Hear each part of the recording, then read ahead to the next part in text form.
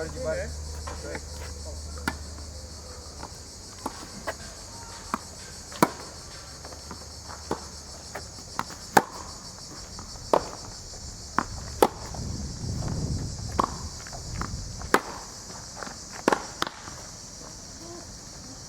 να πω χαιρετισμούς στη μαμά, στην μπαμπά, στη γιαγιά. Πες και εσύ στη γιαγιά. Τι? Πες και εσύ στη γιαγιά, φιλιά.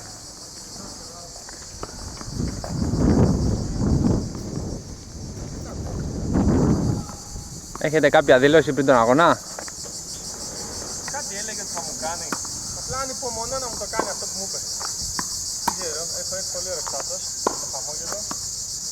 Ελπίζω να πάνε όλα όπως τα υπολογίζει ο μικρός Σταύρος. Είμαι πάντα στο διάθεσή του. Φιλιά γιαγιά! Όπως είπε ο Σταύρος.